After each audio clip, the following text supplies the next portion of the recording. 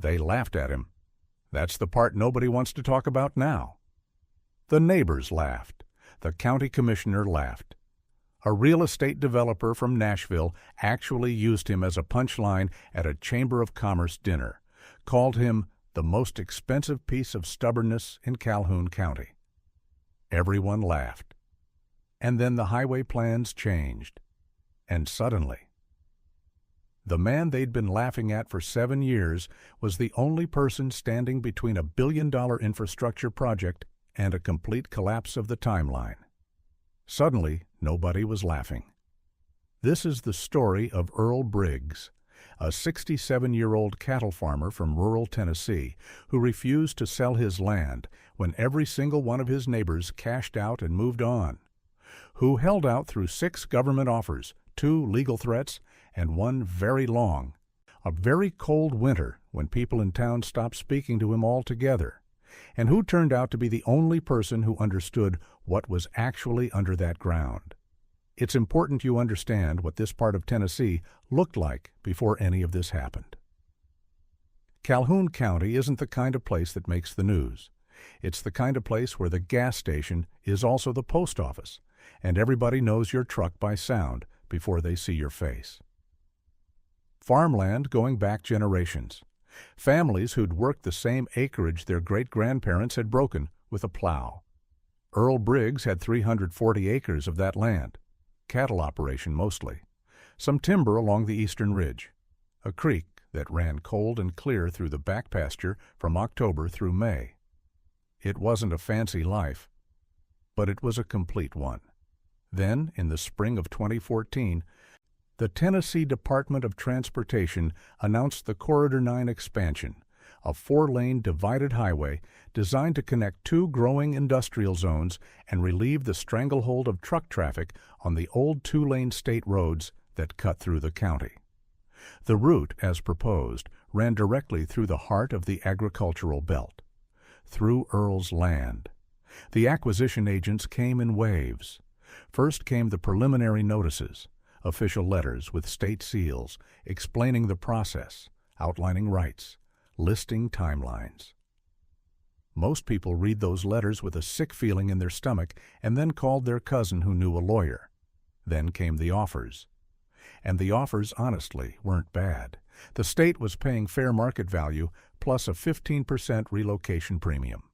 For a lot of these families, people who'd been watching commodity prices squeeze them for a decade, who were one bad harvest away from real trouble. It was more money than they'd ever seen at one time. The Hendersons sold in June 40 acres, 2-story farmhouse that had been in the family since 1948. Dale Henderson shook the agent's hand on a Tuesday, and by Friday he'd put a down payment on a house in Murfreesboro with a 2-car garage and central air. The Pattersons held out until August, got a slightly better number by waiting, and then they signed too. By the following spring, 11 of the 14 landowners along the proposed corridor had sold.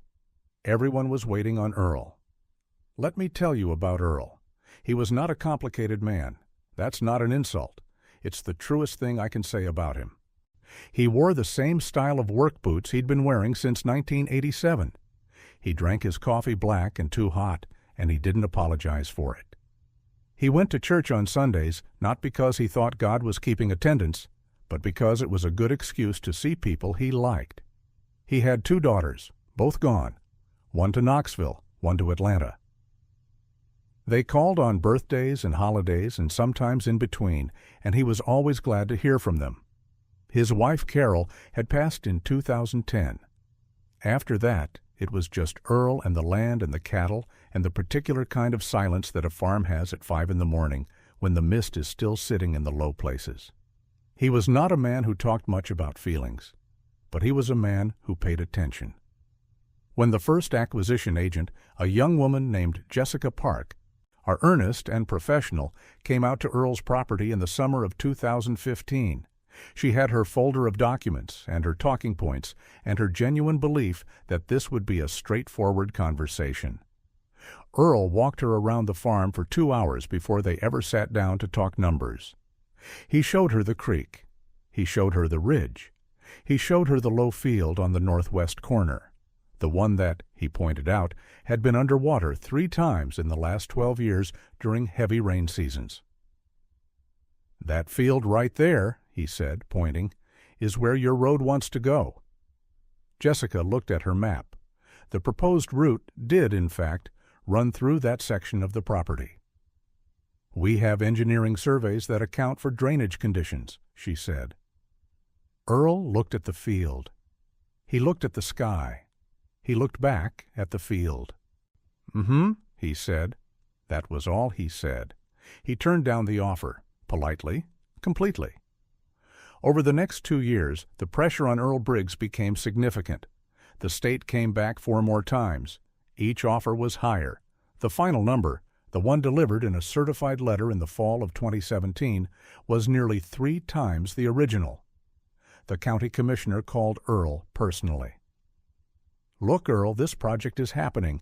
You're going to end up worse off if you wait for eminent domain proceedings. Take the money. Nobody would blame you." His neighbor to the north, Billy Watts, who'd sold early and was now living in Florida, called him from a golf course. Earl could hear the birds in the background. "Man, I'm telling you, this is the best thing that ever happened to me. Just sign." His own daughter, the one in Atlanta, gently raised the subject on a Sunday call. "Daddy, I just don't want you to end up with nothing because you were too stubborn to—" "I'm not stubborn," Earl said. "Then what are you?" He thought about it for a second. "Patient," he said. She didn't push it further, but he could hear what she was thinking. In town, people stopped being delicate about it. The diner had opinions. The feed store had opinions. Someone on the county Facebook page called him selfish, said he was holding up a project that would bring jobs and growth to the whole region just because of personal sentiment. That one stung a little. He didn't respond. He went home, fed the cattle, watched the low field after a heavy rain. Watched the water sheet across it and pool along the exact line where the highway was supposed to go. He went inside and made a note in his farm journal. He'd been making notes in that journal for 31 years. Now let me pause here, because this is the part that matters. Earl Briggs hadn't refused to sell out of sentiment. He hadn't refused because he couldn't bear to leave. He hadn't refused because he didn't trust the government or hated progress or any of the other reasons people invented for him over coffee. He'd refused because he'd watched that northwest field for 31 years, and what he'd watched told him something the surveys didn't show. The field sat at the convergence of 2 subtle drainage slopes. Nothing dramatic. You wouldn't notice it just walking the property. But water moved toward that corner from 2 directions, and it always had. In a normal year, it wasn't a problem. In a wet year, it pooled. In the flooding events of 2003, 2010, and 2016, that corner of the property had been standing water for weeks. The original DOT survey had been done in a dry year. Earl knew that because he'd looked up when it was conducted. August of 2012, the driest August in 14 years on record. He'd tried to explain this. Twice? Once to Jessica Park and once to the senior engineer who came out after Jessica's 3rd visit to figure out what the holdup was. The engineer had listened politely and explained that the route design included proper culverts and grading to manage drainage. "For a normal water table," Earl said, "but that field doesn't have a normal water table. Not in a wet cycle." "We've accounted for regional precipitation averages," the engineer said. "Averages," Earl said. "Yes, sir." Earl nodded. He didn't say anything else. He knew what averages don't tell you. They don't tell you about the year everything hits at once.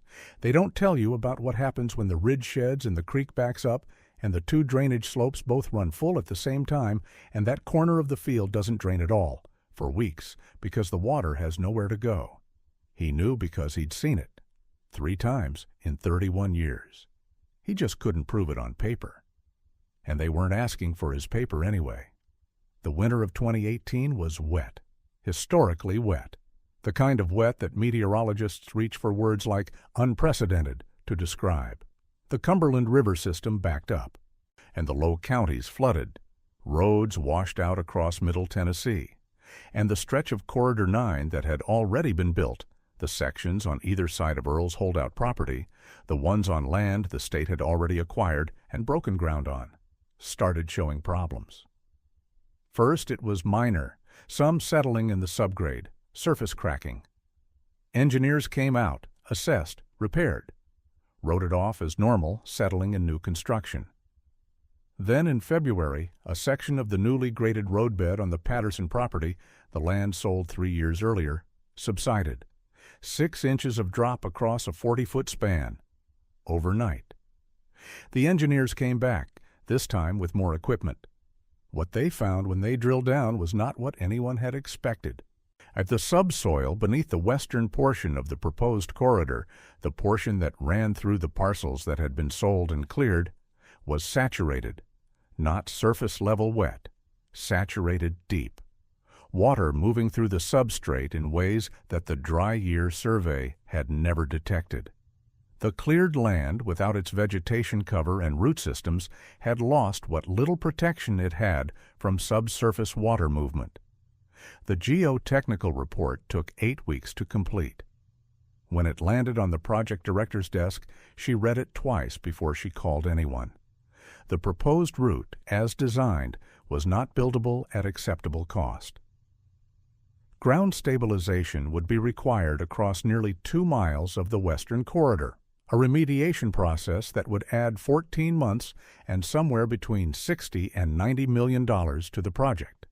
Unless the route was shifted, moved east, through land that still had its vegetation intact, through land with a higher ridge that shed water differently, through land that, according to the new survey, had significantly more stable subgrade conditions. Through Earl Briggs' land. Jessica Park called Earl on a Thursday morning in April. She had been reassigned twice since her initial visits, promoted once, and had thought about Earl Briggs more than she'd expected to over the years. There was something about that walk around the farm that had stayed with her. The way he'd pointed at the field. The way he'd said, "Mr.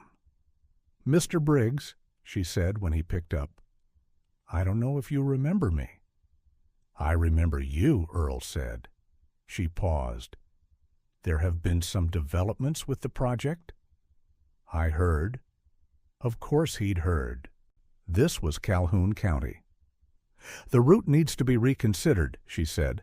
"And your property?" She stopped, started again. "I want to be straightforward with you. Your land is now the preferred route. The soil conditions on your property are significantly more stable than what we've found on the western corridor." The line was quiet for a moment. "I know," Earl said.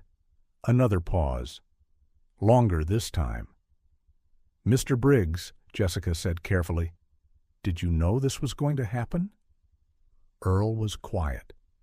Out the kitchen window he could see the low field, green and intact, morning light sitting on it like something patient. "I knew what I'd seen," he said. 30 years of it. The negotiation that followed was a different animal entirely from the previous 5. Earl hired an attorney, a good one, not because he wanted to be adversarial, but because he understood that the state now needed him more than he needed the state, and that this was the only time in his life a situation like this was going to present itself. He was not cruel about it, but he was clear.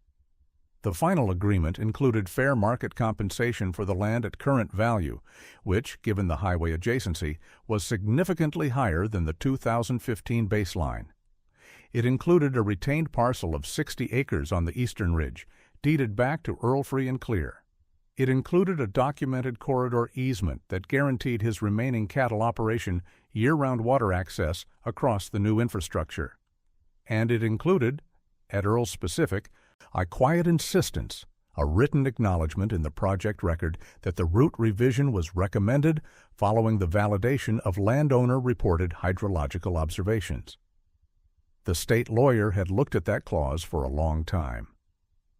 "That's an unusual request," he said. "I've been called stubborn for 7 years," Earl said. "I'd like it on the record that I was paying attention." It was included. They broke ground on the revised corridor on a Tuesday in October. Earl stood at his fence line in the same spot he'd stood 100 times, watching surveys, watching machinery on neighboring properties, watching the slow mechanical progress of a project that had been pointed at him for years. This time the machines were pointed with him.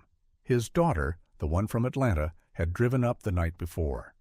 She stood next to him in the cold morning air, hands in her jacket pockets, watching the equipment move into position.